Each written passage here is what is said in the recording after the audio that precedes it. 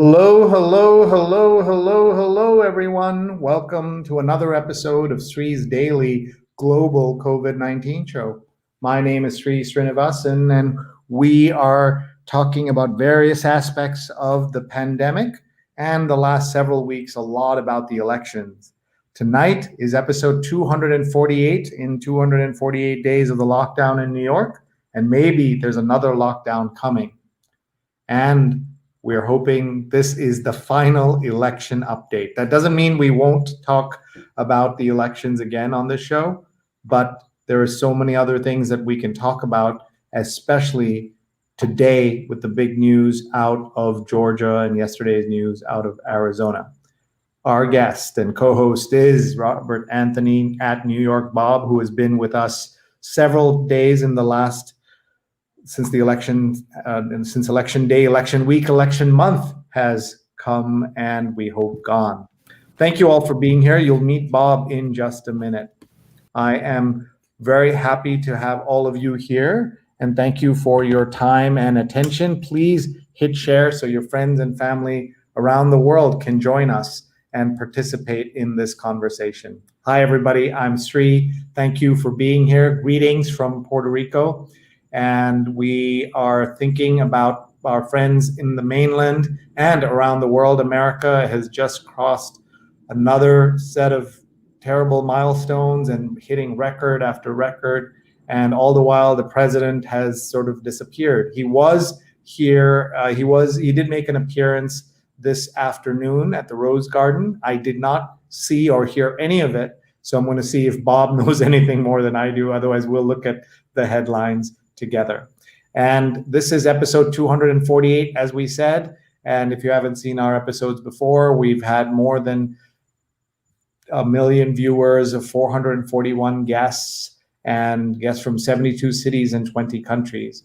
We are very excited to tell you that we are going to have 2 more episodes that as part of the run up to our episode number 250. And then we're going to shift to a weekly or twice a week show.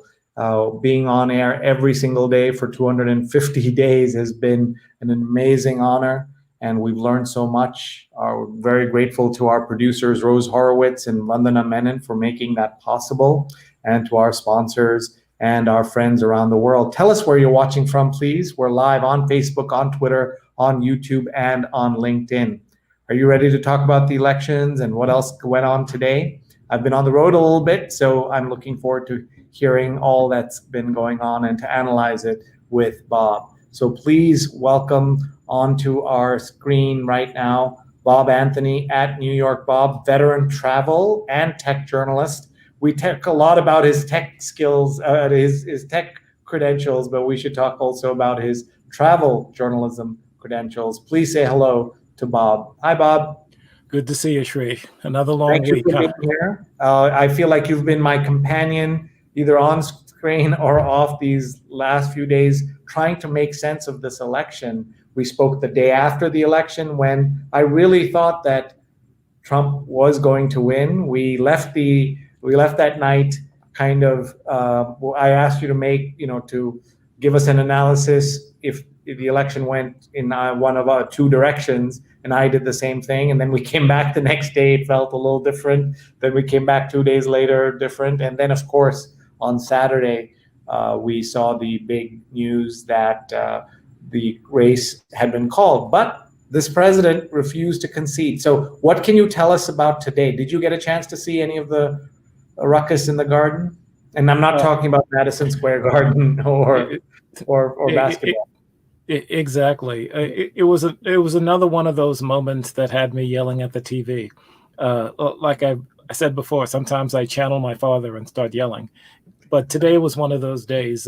If you saw the Rose Garden presentation or whatever you want to call it today, and he spoke of the COVID initiatives that are being taken by this administration, what the schedule might be for the arrival of a vaccine.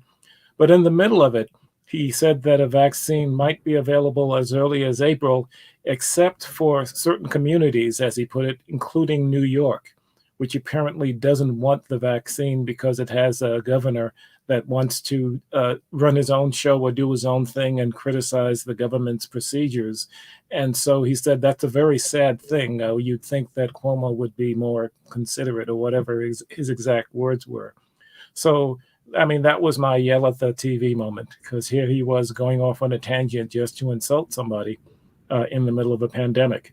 Cuomo's already responded, pointing out that other states have a program of testing whatever vaccine gets presented to them. So it's not like New York wants to reject whatever Trump does, but it was another one of those silly yell at the TV moments. And before you ask, no, he did not say one word about the election outcome.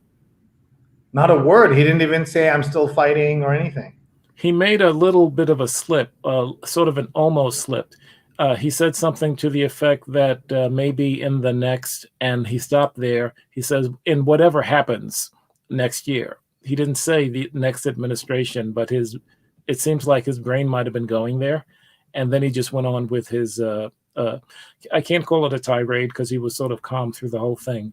But he just went on with his presentation. It was a marginally useful update. Nothing new, just, sort of a point by point update. Most of the good information delivered by the other speakers, the doctors and the other officials, including Mike Pence. And I presume that he didn't. So he didn't do any harm, like the times we remember when he recommended injecting bleach and ingesting bleach and things like that. No, he didn't. He didn't go off the cuff and invent his own cure. No, not today anyway. I haven't looked at his tweets lately, though. Why this is important, though, is that this was the first appearance he had made in more than 7 days. Exactly. Since the AP, the New York Times, and the other major news networks called the race for former Vice President Joe Biden, we haven't heard from Trump. We saw him briefly on Veterans Day to put his hand on the wreath and walk away, but he didn't say anything. So tonight was the first time we actually heard him speak. And it might have been for, 7 minutes or so. It wasn't that long, wasn't that detailed. Like I said, he got in the shot about Governor Cuomo. He did say that no matter what happens, this country is not shutting down. So if this pandemic goes bad, a shutdown isn't on the table for him. And that's scary if we need it and can't do it. Yeah, and that is a real problem. Did he get into anything about the vaccine directly? Yes, he talked about the vaccines that are being developed by the different companies. I guess Pfizer's one of them that's ahead of the game. And he mentioned that the numbers that they're being made in, the number of vials that'll be available, if approved, would be in the millions by April. That's the date he mentioned, April. And at the earliest, even he said that. And so that's the timeline we're looking at. And, people have already pointed out that he couldn't do anything to prevent the vaccine from getting to New York anyway, since he wouldn't be at 1600 Pennsylvania Avenue on that day in any case. Yeah, exactly. So let's talk a little bit about various pieces of news from today. Georgia, also the Biden administration is continuing on its transition path and meeting with governors and talking to senators and all of that. But before we do that, a couple of things on the vaccine that I wanted to share, because I've been seeing a lot of misinformation, of course, about it. One of the pieces of misinformation is that there was some political motivation about holding it till the Monday after a full week after the election. And what happens is that there was a very good episode of The Daily, the New York Times podcast, where they explained in detail what happened, that this past summer, 40,000 people participated in the trial. Half of them got salt water and other half got the vaccine.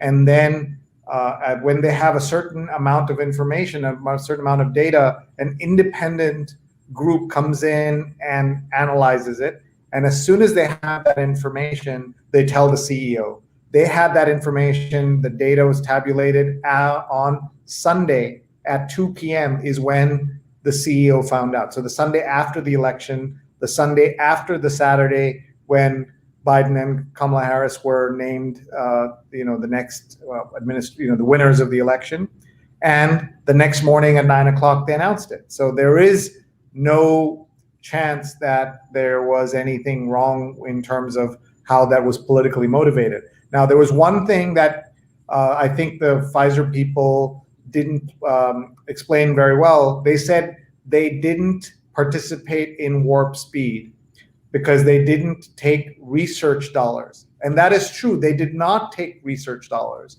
but they did spend those research dollars knowing that the government would buy their product. So you've got to give credit to the administration for making that part possible to guarantee, right? No one's going to do the research if they don't think there's going to be a market for it or guaranteed market for it. So that's one aspect of this, I think, that everyone should understand. And last point from my side, unless you have something else to add, is that the number of vials and number of vaccines needed is an enormous number, because the Pfizer vaccine is a two-parter. So the estimate is 500 million plus of these vaccines will be needed. America has never in a year done more than 180 million vaccines.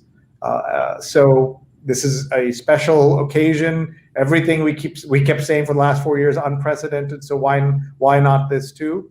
But the problem, Bob, I see is too many people, because of digital media, social media, who have committed to not trusting vaccines and not taking them.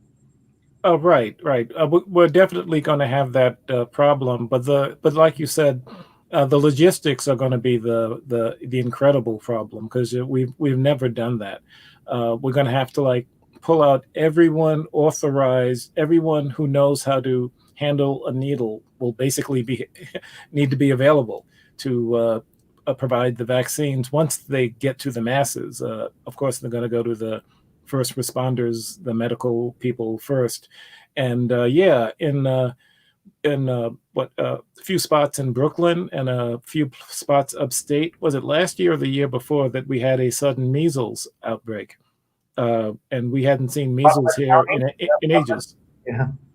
And it was all because it was happening in communities where there was a resistance to vaccines. And it took no time at all for a little hotspot to develop. Luckily, nothing like the rate of fatalities you would get out of COVID-19. But people need to understand this is not the time to avoid a vaccine. It's going to be needed. And one of the hard things, as we just said, is that it's a two-parter. Getting people to do it once, right? Getting them to go to the hospital or go to the urgent care, wherever they get it, to their doctor, and then go back. Well, even once is hard enough. And that's why some people will wait till there's a 1-dose rather than a 2-dose vaccine. So that's going to be one of the things that we will look for. Let's see who's watching. Rahajan says, good evening from Long Island. Very happy today with today's news from Georgia. So I missed all the details, but they were going to hand recount it. And I guess, did they count them all that fast, or did they just decide that they do a sample and it's accurate? Did you follow that news? What happened today was that the news organizations, at least some of them who had not called Georgia yet, had left it sort of as a blank on the electoral map, called it today. I'm just looking at my chart to the side for a second. The AP did not include Georgia in their map. They have Biden with 290 electoral votes, while the New York Times and CBS did include it, and they're giving Biden 306 electoral votes as of today. Obviously not official, but they're calling it because the number of remaining ballots to be counted are so small that they don't think anything can change the outcome. But because of the small, tiny difference in Georgia, yes, that's going to be a hand recount there. Very carefully done, but there again, from whatever I've read, from a number of news sources, including the one I'm looking at, there's no real room for a change in winner, given the number of votes that would have to swap in a recount. One of the things we learned on this show from one of our previous episodes is that the biggest swing for a major election, not even presidential, but statewide, was about 350 votes or something like that. So we're talking about tens of thousands of votes in some cases, and in this case, 11,000. So it's going to be impossible, is what everybody's saying. But they're going to do it anyway. They're going to do it. They're going to do it anyway. I mean, it bears doing just because the percentage is so low. It bears. Oh, okay. That's yes. Sorry, finish what you're saying. Sorry to distract you with this. No. He's reading the what's that? That was the CBS and the New York Times total, 306 electoral votes. But yes, as I lost track of what I was about to say.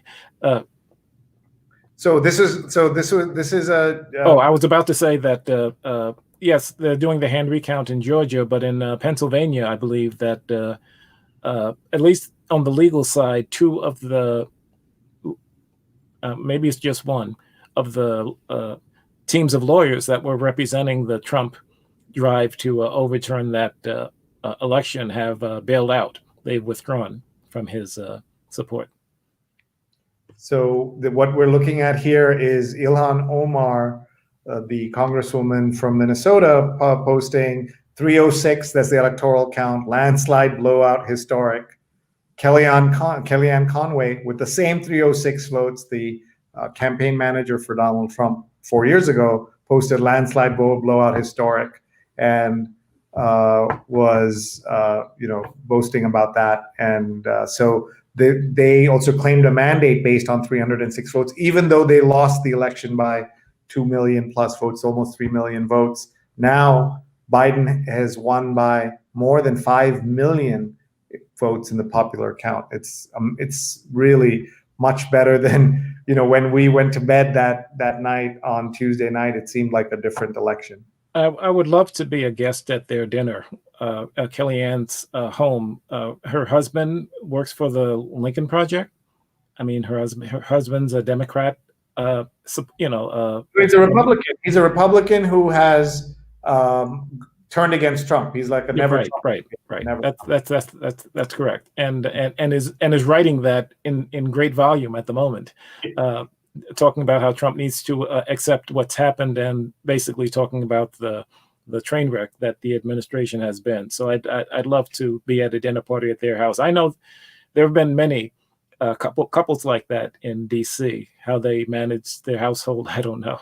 Yeah, that is true. I think you're thinking also of Mary Madeline and James Carville, very famously. Correct. And just kind of stunning to think about how you're right. Like, how do you manage a home like that when one person is completely against your boss? Like, if I was like that against just my wife's boss, she would be mad at me. So I get it. But I give them points for tolerance, because I had a good friend for more than 40 years, and her politics were completely opposite of mine, but yet we managed not to let that get in the way of a friendship. So I give them points for tolerance. Great. Let's see here. Rajan, I said, was watching. And then Doug Levy, our friend who's been on the show multiple times, watching from wet, cold Northern California, as we head into new COVID restrictions once again. Wear your mask, please. Again, the point that we made in the show for 248 days, that if the president had taken any of this seriously, we wouldn't have been in this situation. He would have won this election.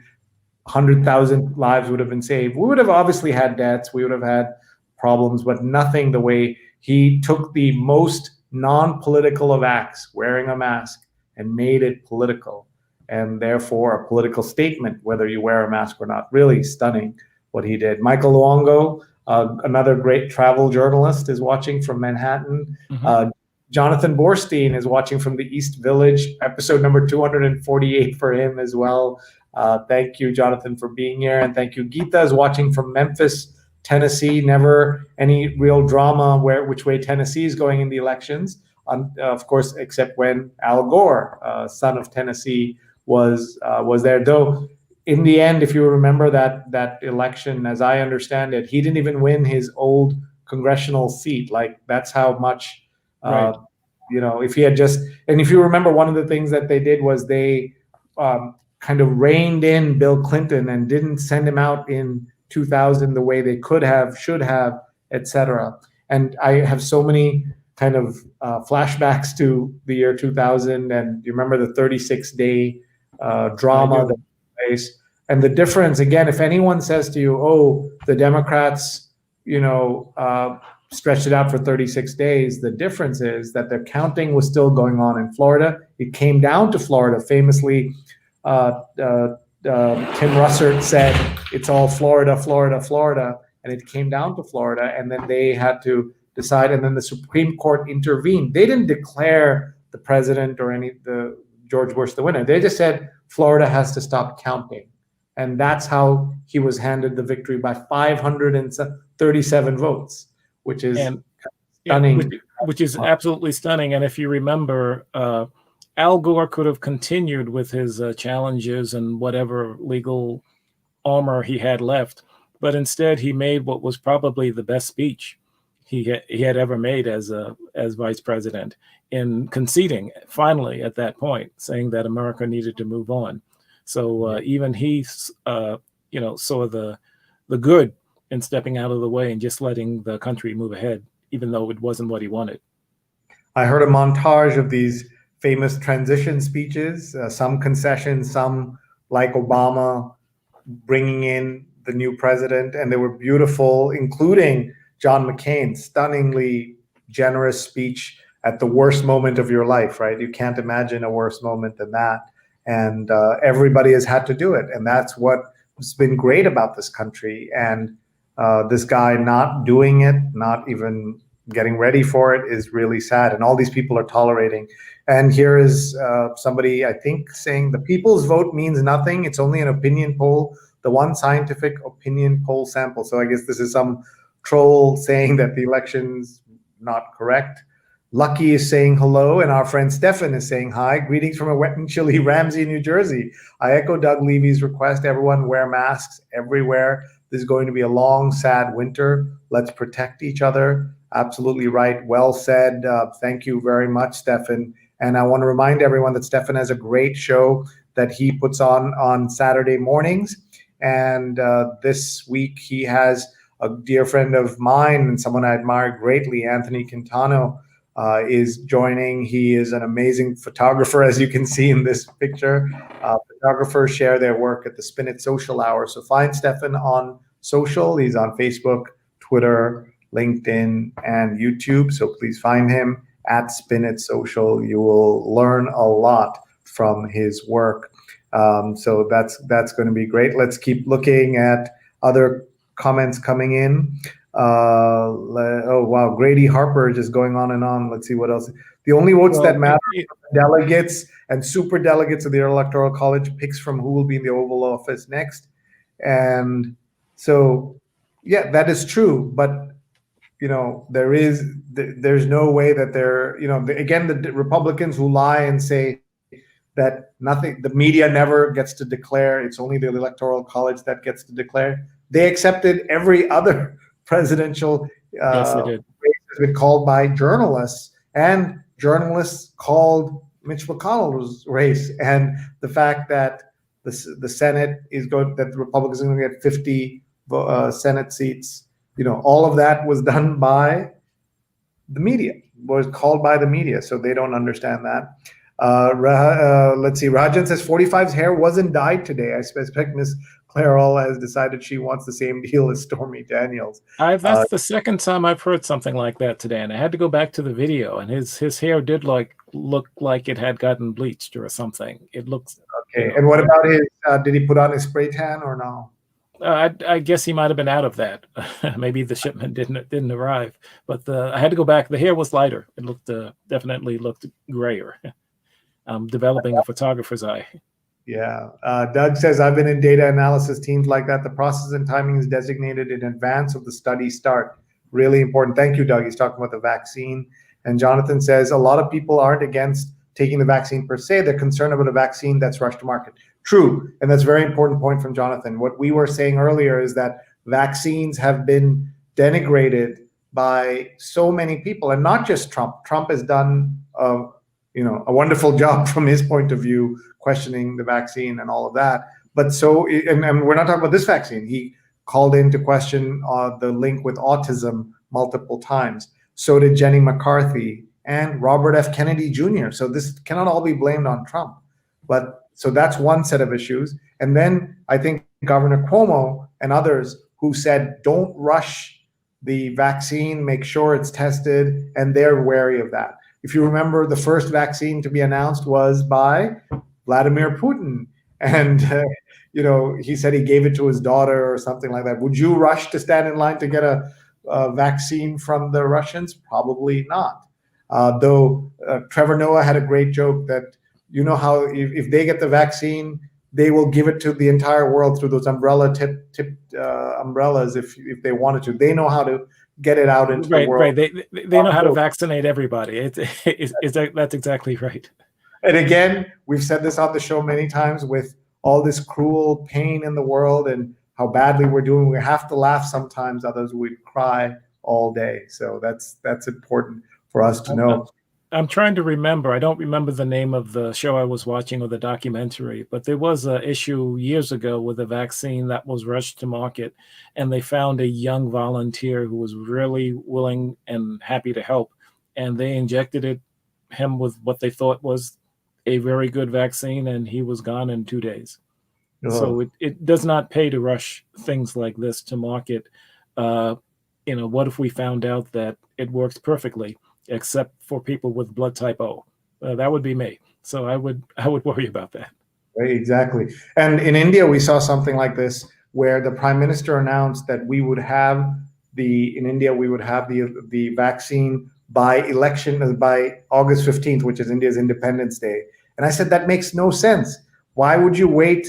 Well, first of all, if you had it in advance, but you waited till some, landmark day, auspicious day, would be ridiculous.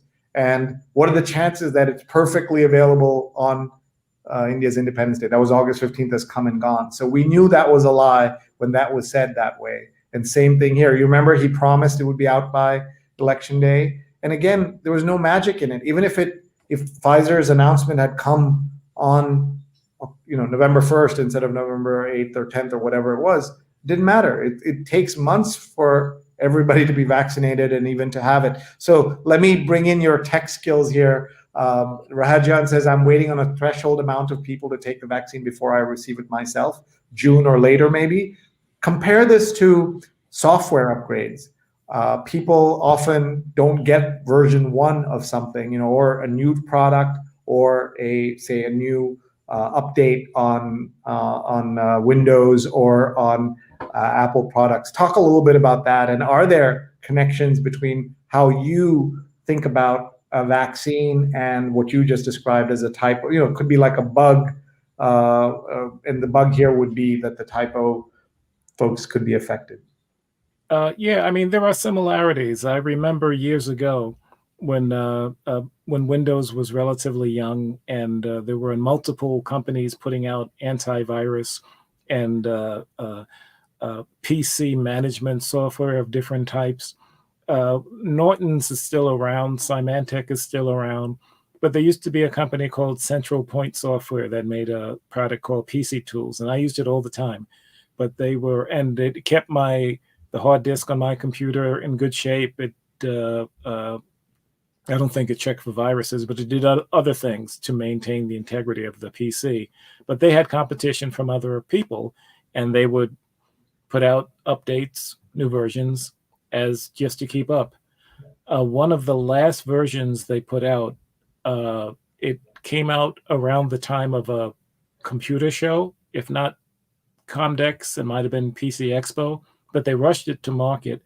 And when I got my copy and loaded into my PC, the poor thing just wilted. There was just so many bugs in the thing. There was just so many hiccups and slowdowns and whatnot. And I went on the online services and tried to get some information on what was going on, and everybody was having the same problem with this new version of Central Point's software. They put out an update. It corrected a lot of things, but by then the company had spent so much money with the update to the update That's why you don't hear of them anymore. They don't exist. We don't need that happening with a vaccine. You need to go to 100 to, you need to go all the way with your development process. It's not the thing that you can, for lack of a better phrase, half-ass. That is right, and leave it to you to actually make that connection to kind of a vaccine for computers and make that connection as well. Where do you stand, by the way? Just curious on updates to like Mac software, iOS, Android. What do you do? Do you sign up immediately or do you wait? I get them as I need it. For like Windows, I'm actually, I'm on, what do they call it? One of the early beta testers for some of the versions. Not really deep beta, but just sort of early release candidate, whatever they call it. So I get it slightly, maybe a few days earlier than others, but so do a few million other people. So I don't mind that because I'm pretty confident in Windows. Other software, I'm more apt to wait a month after it comes out to see if anybody's having problems. I just updated my photo editing software because I wanted to wait until I got feedback to see if it was a bomb update. It was a major upgrade to and the video software too. And when it comes to that, I'm slow. I try not to go too fast, and I basically learned from the Central Point disaster from years ago.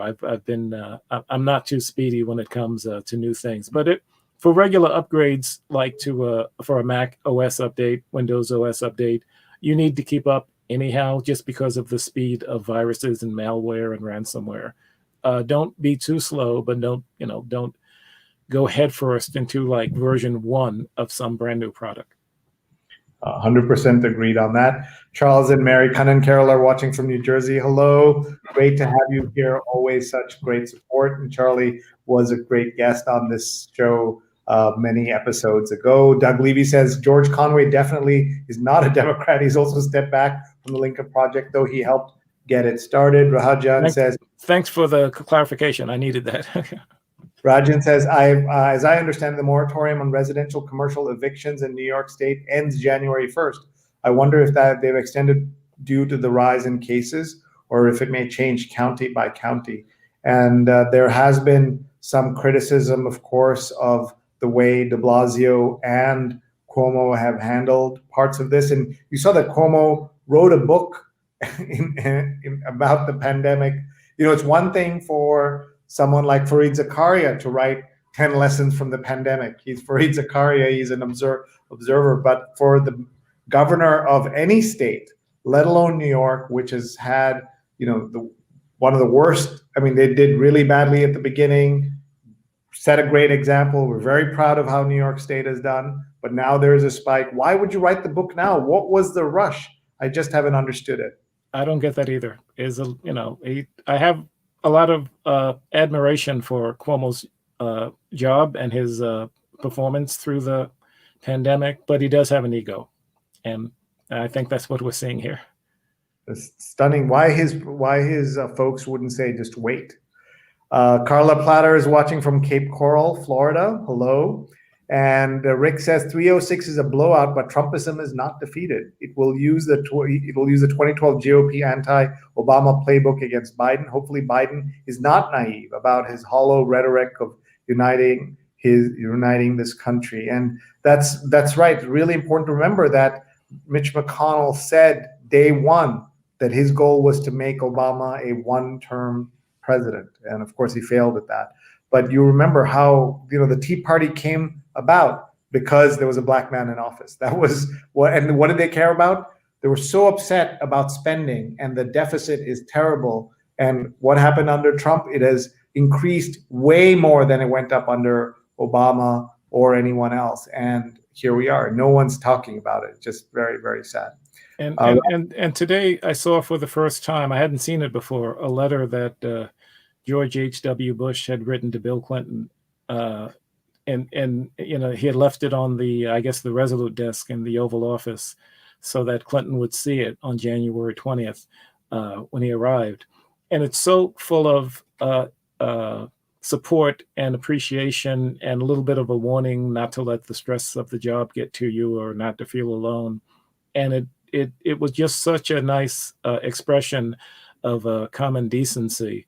If I can pull it up, I might try to screen share it, but if I can do that carefully.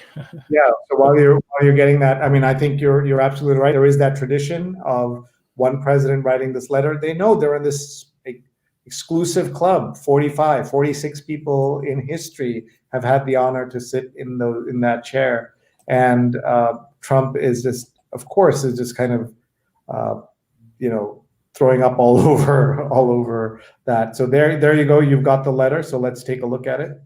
And let me make it a little bigger. And it says, when I walked into this office just now, I felt the same sense of wonder and respect when I walked 4 years ago. I know you will feel that too. And then I guess Hillary Clinton posted this. Yes, Hillary posted it on Instagram, but yes, it was just an expression of her gratitude for, George H.W. Bush leaving a letter of that type, for them to see upon arrival. And let me see if I can. Well, I guess we don't need to read the whole thing, but I just want to read this part. There will be very tough times, even more difficult by criticism you may not think is fair. I'm not very good to give advice, but just don't let the critics discourage you or push you off course. You will be our president when you read this note. I wish you well. I wish your family well. Your success is now our country's success. I am rooting hard for you. Good luck, George H.W. Bush. Now that's what you call a peaceful handoff of power in these United States, and elegantly done to the person who defeated him in a very vibrantly contested election. It's something we kind of need at this moment, and we know for a fact we're not going to get. And it was the worst moment, as we said, of George H.W. Bush's life, to lose that election. And he lost it to somebody who didn't get 50% of the vote, because 19% of the vote went to Ross Perot, who dropped out, who came back in. He got 19%. It was, a different time, and he still was gracious at the end, and just amazing to see that. And there are these beautiful photographs of Jenna Bush and her sister, along with Laura Bush, welcoming the Obama girls and Michelle Obama, while Mr. Obama and Mr. George W. Bush were visiting with each other. And similarly, Melania Trump has not reached out. Her office has not reached out to Jill Biden about any transition, because there is a transition that happens there as well, and they have not done that. And so that is just so pathetic, is the only word I can use. We cannot expect realistically a gracious letter from 45 to Biden in the same vein. He may not be able to write such a thing. His signature will take up half the document. So exactly. Yeah. But it's the kind of just common decency that we're just not going to see at this moment, and it's just too bad.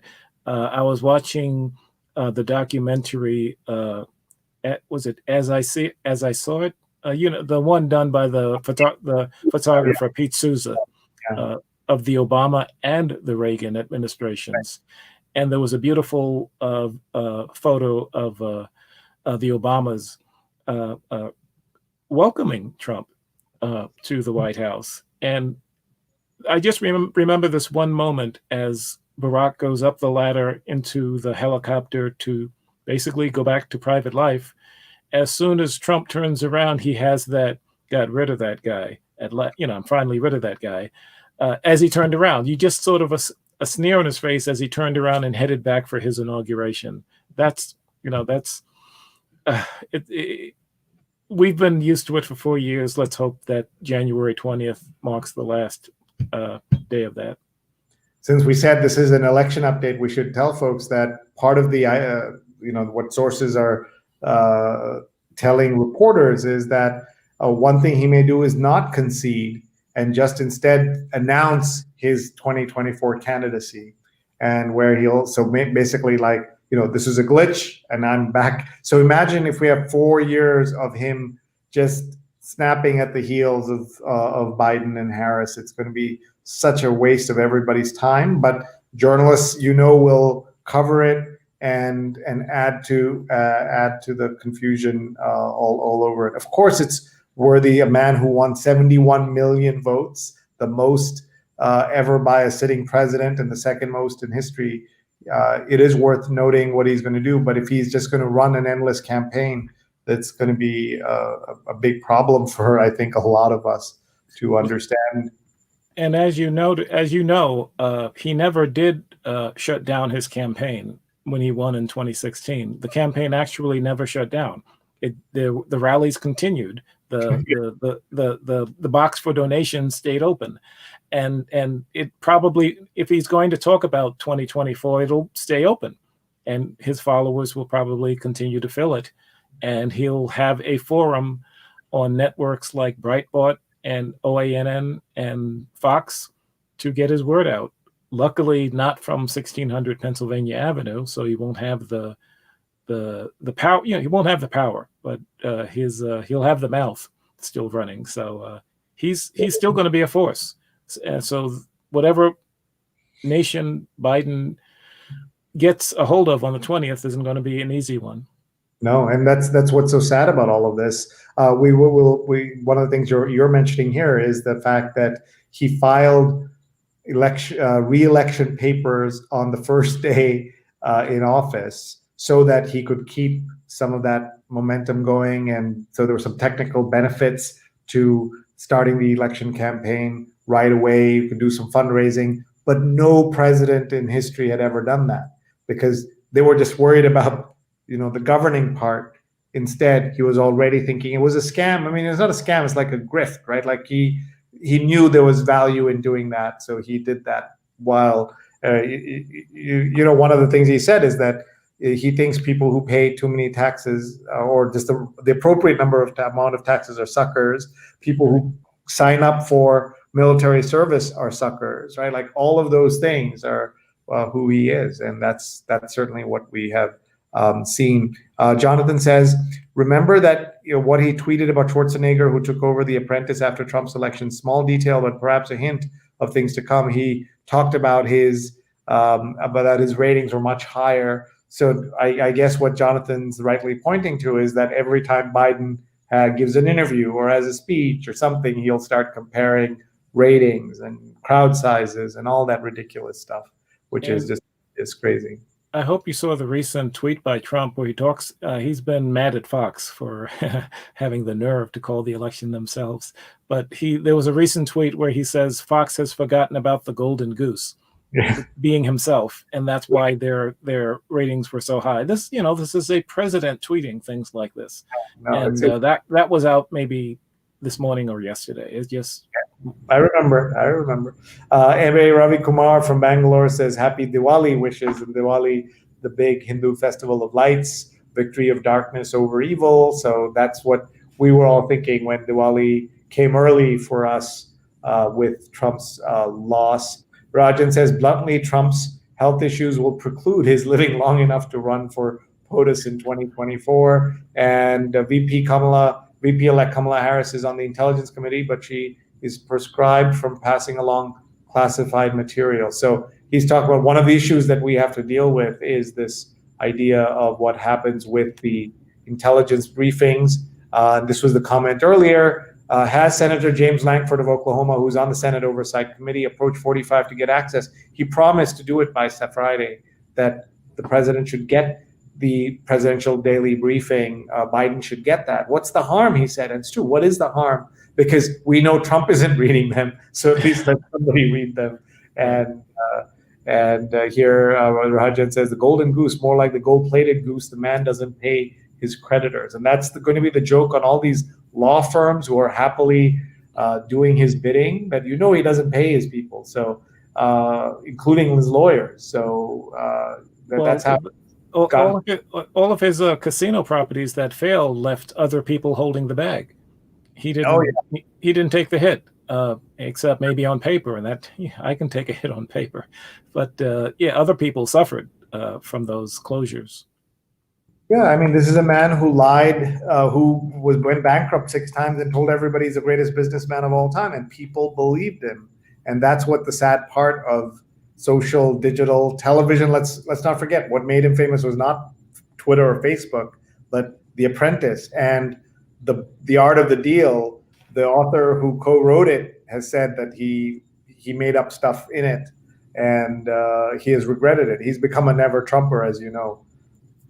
And his believers will just take what he says. The latest lie that he's promoting right now is that the Dominion, that's the company that makes some of the most popular voting machines. The Dominion machines somehow mangled 2.7 million votes, enough obviously to give him the election. And the news source that he quotes is the One America News Network, which is right of Fox by a good distance. Yeah. And it's a network which doesn't, I wouldn't say, it's hard to say that those initials in journalism in the same sentence. So there's no basis of truth, there's no facts, there's nothing, but he retweeted the OANN allegation of all these votes mangled by the Dominion voting machines. And his followers will support him and give him money. And give money. And are you up to date on the march in Washington tomorrow? Is it like Proud Boys and terrible people like that? Basically the Million MAGA March. Maggot March. It's Trump calls it a sort of a groundswell, and not just a generic uprising. But his supporters his operatives are organizing it. But they're supposed to have a march in Washington tomorrow to support their president, and you can imagine what the Washington D.C. police feel about that. Oh yeah, no, it's that's going to be a mess. I'm glad I'm not in Washington tomorrow.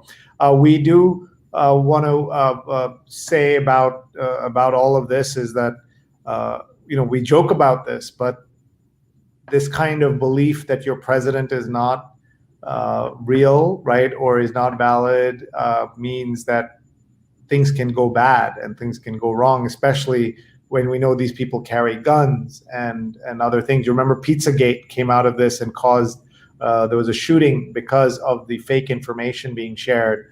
And now we have people who support QAnon and believe in QAnon and are now in Congress. It's like horrible, horrible thing. All right, we only have a couple of minutes left. We have so many comments and other things coming in, but I did want to talk about another character, and that's Elon Musk, who today said he might have COVID-19. This story is from Vanity Fair that's coming out in the December issue. I want to read this. Nick Bilton's a terrific writer, and he said it's called Elon Musk's Totally Awful, Batshit Crazy, Completely Bonkers, Most Excellent Year. And Elon Musk, as you know, is like in and out of kind of supporting Trump, but really I saw a tweet today that said China, in replying to the China's success in no COVID cases, right, improving COVID case situation, that America also would have no new cases by April. And I thought, with vaccine, maybe it's still exaggerated, but directionally he's right. But that's a tweet he posted in March of 2020, not about 2021. I thought he was talking about April 2021. April is, plausible, but no, he was talking this year, and still people consider him a genius. Of course, he's done amazing things. He helped start PayPal, SpaceX, Tesla, but that doesn't mean that he knows other things. Like, that's one of the mistakes that people make, and I think especially tech founders believe that. And I've got to say, a lot of tech journalists are kind of enablers of this idea that because you're good at one thing, you will therefore be good at other things. I mean, we can be guilty of that. I mean, I definitely. I didn't mean you.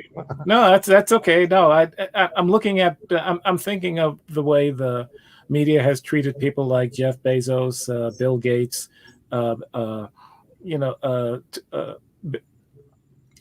Tim Cook for Apple right now, and Elon Musk, and Steve Jobs back in the day, and yeah, you know, even the icons. I mean, we gave them a little latitude, but of course, during the U.S. Justice Department suit against Microsoft, Bill Gates had horns. During there are times when Steve Jobs wasn't the darling of the tech industry. So I guess it comes and goes. But I don't. And Jeff Bezos has had his own marital problems that make the news outside of his success with Amazon. But with Elon, I had such hope for such a brilliant guy that's done so many impressive things. There's a Tesla dealership up the block. So when I'm walking that way, sometimes I'll look longingly through the window at the cars that are charging, knowing what he had to do to get that off the ground, and to the level of success that it is today. But yeah, sometimes success in the bubble makes it hard for people to relate with the real outside world, and I think he's having an issue with that and whatever soup he's eating at the moment. I think that at some point I'd love to talk to you and get some people who study these Silicon Valley type folks whose belief in libertarianism, that's the solution for everything, even though they rely on the fact of, the education, the public schools educate those engineers who then come and help them do those brilliant things, and don't want to pay taxes and believe in small government. And this is the heart of that. Do you remember the small scandal that, from a Fox point of view, big scandal, or they made it into a scandal, that Obama said, you didn't build that by yourself, right? You didn't build that, he said, to tech people and others, that it takes, we build it like Tesla works because the roads are paid by somebody else, electricity subsidized by somebody else, et cetera, et cetera, et cetera. And they went crazy. Do you remember that? And just acknowledging that there's a role for government, there's a role for public enterprise, all of that. I mean, each of these icons have their fanboys and fangirls who get upset of any kind of insult against their iconic leaders. He did get a bit of a blowback for that, but every bit of technology builds on something else. God knows if somebody else didn't develop the battery chemistry, Tesla wouldn't be here. And God knows if DOS and the people who developed that, actually it was Bill Gates who developed the disk operating system. But if it wasn't for the old software, you wouldn't have Mac OS or Windows. And what about the internet? Came out of DARPA, right? Out of the Exactly. out of the Defense Department. Who paid for that? That was billions of dollars spent not for financial return or shareholder investment return, but for the good of the world. And that's what those things are meant for. And that's why it's so sad to see, there's a lot to like about some of our tech leaders, but they don't know everything. And Bill Gates is one, however, who has proven that he took the time to study. He didn't become an expert on vaccines and public health. He wasn't born one. He became one. He studied, he did research, he understood, and then became a champion of it. And that's what a lot of these guys, mostly guys, unfortunately, are doing, and not doing the work, right? Just because they were able to capture lightning in a bottle once, they think they can do it with a whole bunch of bottles, which is not necessarily true. Yes, and you remind me of a photo somebody took of me shaking Bill Gates's hand, and I couldn't cue it up at the moment, but I consider it a big major moment in history where the world's richest man meets the world's cheapest. So I have it somewhere here, but maybe for the next show I'll bring it up. Yeah, we should say that that's one of the things that even Bill Gates had to do, was he had to sell his software, and he would meet journalists, and they would do these, what do you call them, junkets, right? Like if it was a celebrity, it would be a junket, a movie star, and then he sits in one place, and then we all would kind of cycle through and talk to him for 10 minutes or something like that. It's a phase of the development of today's tech, when the Bill Gates and the leaders of Borland and Lotus and would do things like that. Sure, they had to. Now it's a different world. Jonathan says there's also a demonstration at Columbus Circle tomorrow, for which Columbus Circle has been renamed Lenape Circle by the demonstrators. So for our international audience, those were the folks who controlled Manhattan Island and lived on the island of Manhattan. And so that's part of the controversy about Columbus Circle and Christopher Columbus and his legacy. And you and I went to Columbia University, and taken to its extreme, Columbia would have to be renamed as well. Well, I mean, Columbia was given to, let's see, was it a gift of the Queen? That's how it got started. That brought it over to the U.S. King's College. Yeah, started as yes. Too long of a story to tell here, but there are things in the Columbia's history that we have to shake our heads at. Yep, absolutely. All right, so let's wrap up for tonight. I'm going to come back to you for a final thought. I want to tell everybody about an episode we are going to do tomorrow morning. We are going to talk about, we're going to try and understand the Hispanic vote. It turns out there isn't a single Hispanic vote, right? It is much more complicated than people realize. And when people were surprised, why is it that so many people voted for Donald Trump, including, by the way, in 2016, his vote percentage among Mexican Americans, who he started off by criticizing down that golden escalator. Why did they vote for him? Why do they vote for him? What is the makeup of the Hispanic electorate, and how they're different, right? The ones, the Hispanic voters down in a place like Miami are different from the ones in a place like Arizona. And we wanted to learn more about that. So we have a terrific guest who is joining us tomorrow morning at 9 a.m. instead of 8, instead of our time now at 9 p.m. It's at 9 a.m.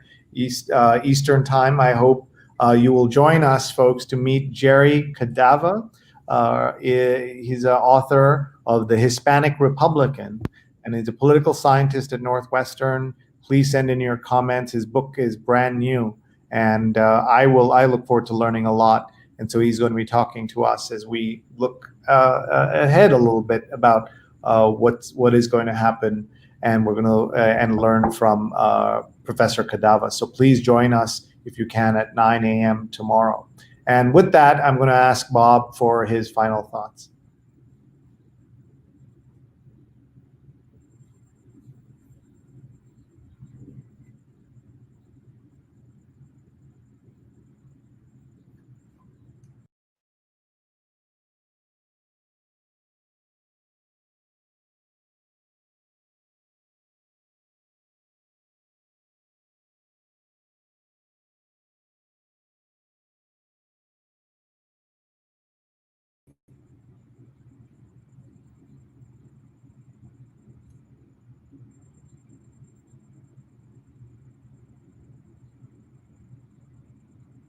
All right.